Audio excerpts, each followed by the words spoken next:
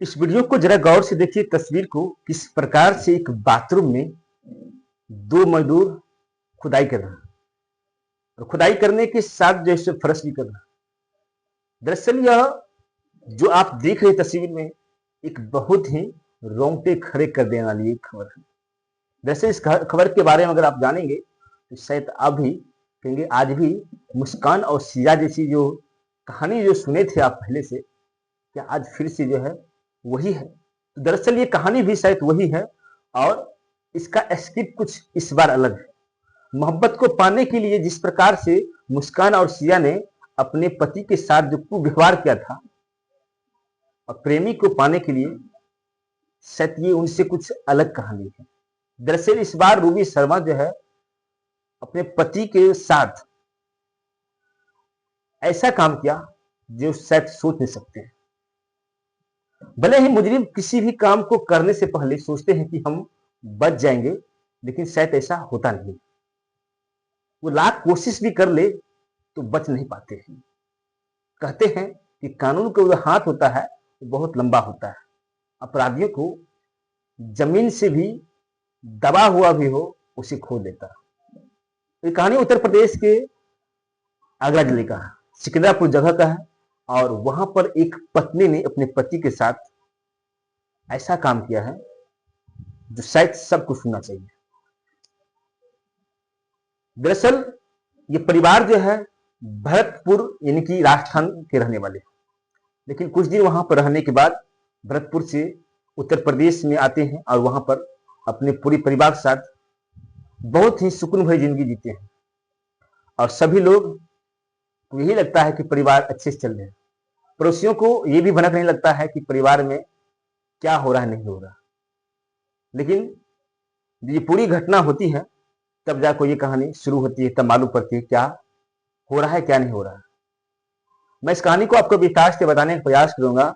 उससे पहले मेरा परिचय जान लीजिए। मेरा नाम विनय कुमार हुआ और आप बने हैं क्राइम सफरनामा के इस खास एपिसोड में। आप सबका स्वागत है। उम्मीद करते हैं आप अच्छी होंगी, आपकी फैमिली, आपके सब परिवार अच्छे होंगे। आइए शुरुआत करते हैं इस कहानी को कि कैसे एक पत्नी अपने पति को 45 दिन तक एक मिट्टी के नीचे दबा के रखे थे और वहां उस पर नहाते रहे। जरा इस महिला को इतनी भी शर्म नहीं थी, इतनी भी इसको बुद्धि नहीं थी इस काम को करने से के बाद क्या उसका अंजाम होगा। उत्तर प्रदेश के एक जिला आगरा लगता है और आगरा के ही सिकंदराबादपुर एक जगह है जहां पर एक शर्मा दंपति रहती थी। एक बूढ़ी जिसकी उम्र लगभग 80 साल और भरतपुर के रहने वाले राजस्थान के और उत्तर प्रदेश के इलाका में वो रहना शुरू किया।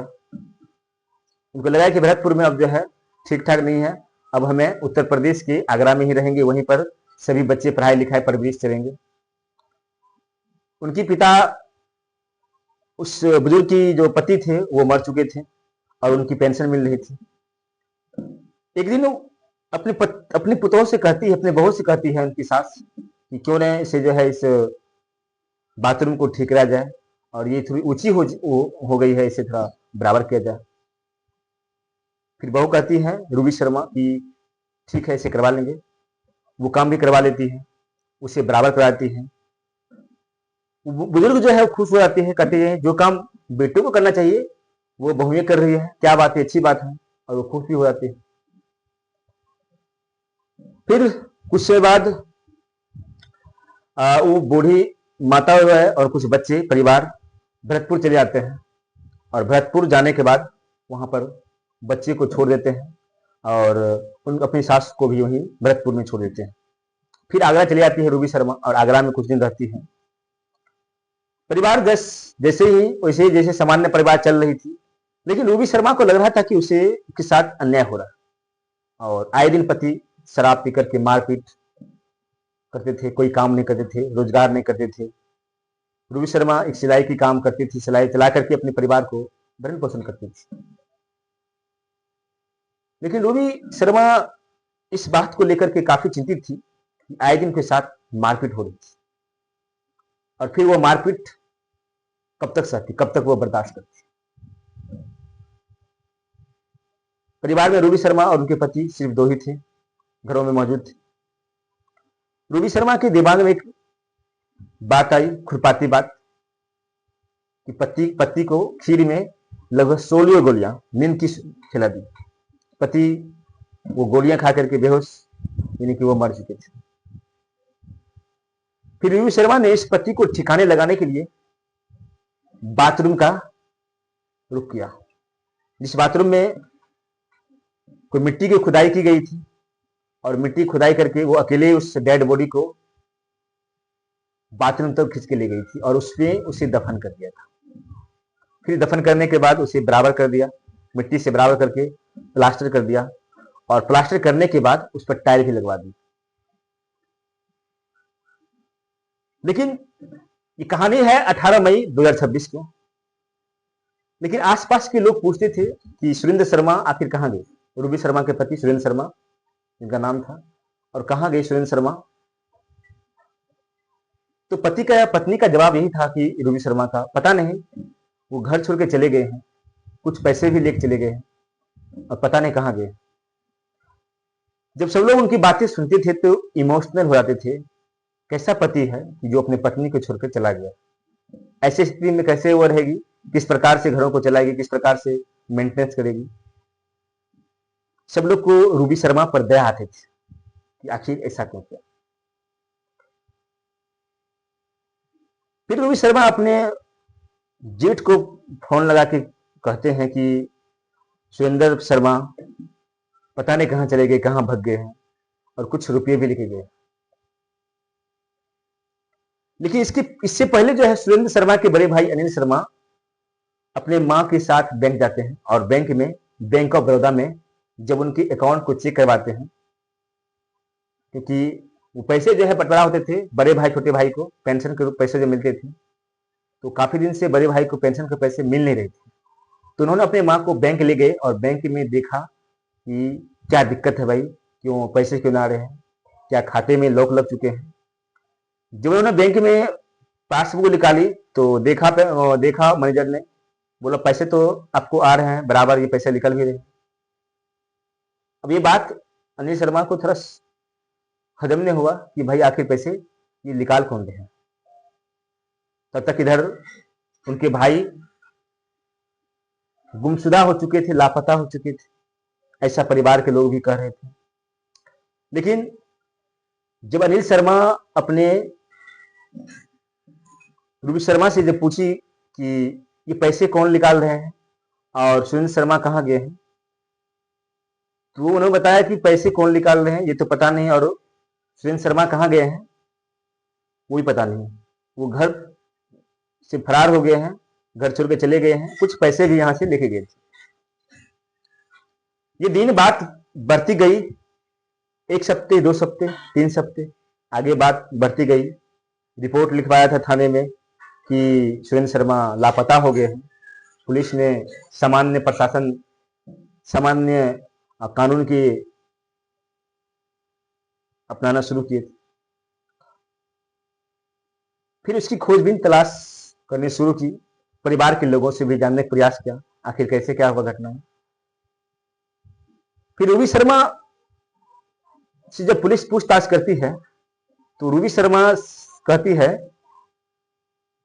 कि अपने बयानों में लगातार वो बदल रही है, कभी कुछ बयान तो कभी कुछ बयान। प्रशासन को कुछ हजम नहीं हुआ था उनको, और शक थोड़ा सा गहराने लगा था। और शक तब गहराने लगा था जब उसने उस बाथरूम को देखा था, क्योंकि इससे पहले देश में कई घटनाएं हो चुकी थी, और वो ड्रम वाली घटनाएं, वो बड़े जो है 400 फीट की जो पहाड़े हैं वहां से सिया, इस तरह की घटनाएं जो सामने आई थी देश में। जैसे ही पुलिस की नजर उस बाथरूम के स्टाइलों पर गई थी, तो जब से ये रिपोर्ट जो दर्ज करवाए थे थाने में, तो लगभग काफी दिन हो चुका था, कई सप्ते गुजर चुके थे, और जो टाइलें जो लगी हुई थी वो भी कोई पुराना नहीं, वो भी खास लगभग जो है सप्ते या 2 सप्ते के अंदर में जो है ये टाइलें लगवाई गई थी। चमकदार चमक रही थी टाइलें। पुलिस को शक और गहरा गया था। पुलिस ने सख्ती से रूबी से पूछताछ की, लेकिन रूबी फिर भी जो है ये इन बातों को दरकिनार करती रही और इस तरह से इमोशन होकर होती रही कि तत्काल तो हर कोई मानो रूबी की बात को मान ले कि आखिर रूबी सचमुच में ईमानदार और दयावान स्त्री है, जो अपने पति के लिए इतना चिंतित है। जो पति कभी कमाता नहीं था, निकम्मा था, दारू पीता था, शराब पीता था, गाली गलौज देता था, और उस पति के लिए इतना दर्द, इतना उनके लिए सब कुछ। तत्काल लोग यही कह रहे थे कि रूबी का इतना प्यार अपने पति के लिए, लेकिन शायद ये पता नहीं था रूबी इस कातिल का, इस हत्या का गुनहगार होगा। किसी को नहीं पता था। एक दिन अपने जेठ को फोन करते हैं और कहते हैं, बुलाते हैं, और जेठ ने दो बातें उनसे पूछा था। बोले सच सच बता दो क्या है मामला, क्योंकि पुलिस ने इसे इन्फॉर्म कर दिया था कि मुझे आपके परिवारों पर शक लग रहा है, आपके घरों के लोगों पर शक लग रहा है, इसीलिए एक बार मैं आखिरी बार आपसे पूछना चाहता हूं, क्या क्या है मैटर, जरा आप इस चीज को देखें। अनिल शर्मा अपने रूबी शर्मा से पूछती हैं और कहते हैं कि सच सच बता दो क्या हुआ है, मैं किसी को नहीं बताऊंगा और मैं उसे सब झेल लूंगा। फिर रूबी शर्मा आंखों में आंसू लेकर के रोते हुए कहते हैं, इस हत्या का गुनहगार मैं हूं, मैंने ही अपने पति को बाथरूम के नीचे दबा दिया। तो पुलिस प्रशासन भी आते हैं, खुदाई शुरू होती है, और खुदाई शुरू होने के बाद उसमें से सारे बात निकल के सामने आती है। किस आवाज में वो कहती है कि पति का जो है सिर उस साइड तरफ है, हाथे उस साइड है। अब जरा एक पत्नी की इस बेइंतहान हत्या करने वाली पत्नी, आखिर कौन भरोसा करे ऐसी पत्नियां पर, जो अपने पति को इस दुनिया से अलग कर दे। फिर इस कंकाल को उस बाथरूम से निकाला जाता है, पोस्टमार्टम किया जाता है, और उस पोस्टमार्टम में निकलता है कि उन्हें नींद की गोली खिला करके फिर उसे जो है दफनाया जाता है बाथरूम के अंदर में। जिसने इस कहानी को सुना है, पूरे देश ने इस कहानी को सुनकर उसके रोंगटे खड़े हो गए कि कैसे जो है आज लोग इस तरह की कामें कर रहे हैं। कभी पत्नियां पति को मार देते हैं, कभी एक नई शादीशुदा होने वाले प्रेमी के चक्कर में प्रेमिका अपने पति को खत्म कर देते हैं। आखिर किस पर भरोसा करे, आखिर कौन है भरोसा के लायक। आखिर हमारे समाज में ऐसा क्या हुआ है कि जो आए दिन इस तरह की घटनाएं हम देखने को मिलता है। कभी कोई ड्राम में मिलता है, तो कभी कोई पहाड़ के नीचे गिरता है, तो कभी कोई इस चीज और हालात में मिलता है। ये नया नया ट्रेंड, ये नई नई चीजें, बातें सामने आ रही हैं, और इससे तो यही लग रहा है कि आखिर हमारा समाज किधर जा रहा है। इसकी करतूत देकर के आज सारी वो महिलाएं शर्म है, ऐसी महिलाओं पर जो है वो थू कर रहे हैं कि ऐसी मानसिकता, ऐसी सोच की महिलाएं आज भी इस दुनिया में जीवित है, जो शायद उसे नहीं रहना चाहिए। बहरहाल इस जांच का विषय अब पुलिस के अंदर में है, अब अदालत न्यायालय की कटघरे में है। फिलहाल इस महिला को, रूबी शर्मा को, पुलिस प्रशासन ने 14 दिनों के लिए न्यायिक हिरासत में भेज दिया गया। अब इनसे जांच होगी, पूछताछ होगी। जरा सोचिए उस बच्चे को क्या होगा, जो बच्चे इस धरती पर आए हैं, उनकी परवरिश, खान पान, रहन सहन, पढ़ाई लिखाई कैसे होगी। क्योंकि पहले एक पति की मौत, अब उन दो बच्चे की जिंदगी पर गहराता हुआ संकट। आखिर कब तक भाई उस बच्चे को पालन पोषण करेंगे, कब तक उन्हें खिलाएंगे, कब तक उसे पढ़ाएंगे। ये सब बातें जो है अब शायद उनको समझ में आ रही है, लेकिन शायद ये घटना करने से पहले शायद उसे ये पता होता तो शायद ऐसी घटना नहीं होता। और बात आती है किस तरह से जो है उस बाथरूम में 45 दिन तक पति के उस कंकाल पर नहाती रही और इस मामला को दबाती रही, किसी को भनक तक भी नहीं पड़ने दिया। क्राइम का ऐसा भी ग्राफ होता है, हत्या करने वाले ऐसे भी होते हैं। आखिर ऐसी ऐसी बातें दिमाग में कैसे आई और किस प्रकार से जो है ये क्या गुस्सा का बदला गुस्सा होता है? कि कोई दुनिया में आपको टॉर्चर करता है, उसके बदला क्या उसे मौत दे दिया जाना चाहिए? वो भी खास करके आपके जब पति हो, जब आपने इतनी साल जिंदगी काट लिए हो, तो फिर आप अब ऐसा क्यों किए? जब आपकी अब उम्र, ढलती हुई उम्र, एक बुढ़ापे की ओर अभी आपका उम्र जाता। इस कहानी को बताने का मेरा मकसद सिर्फ ये नहीं है किसी को परेशान करना, किसी को पक्षपात करना और किसी को सही बताना, लेकिन इस कहानी को बताने का मेरा मकसद सिर्फ यही है कि आप भी सचेत और जागरूक हो जाए। ऐसे ऐसे मानसिकता के लोगों के खिलाफ आवाज उठाइए और ऐसी मानसिकता के लोगों के साथ आगे से ना हो ऐसा ही प्रण लें। ऐसी नेगेटिविटी सोच को दूर रखें। आगे आगे पल पल का जो भी अपडेट इस कहानी में होगा आपको हम देते रहेंगे। बाकी हमारे इस चैनल को आप लोग फिर से सब्सक्राइब कर लें और क्राइम सफरनामा की खास एपिसोड में ये वीडियो आपको कैसा लगा हमें कमेंट के माध्यम से जरूर बताइए और इस वीडियो को शेयर कीजिएगा। आखिरी में जाते जाते मैं यही कहूंगा कि हमारे साथ कुछ दर्शक हमारे हैं जिन्होंने अपना नाम लिख के कुछ भेजा है।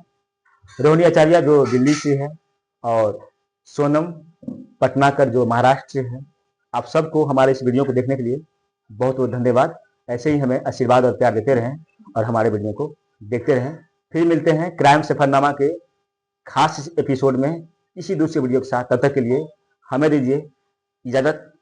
जय हिंद, जय भारत।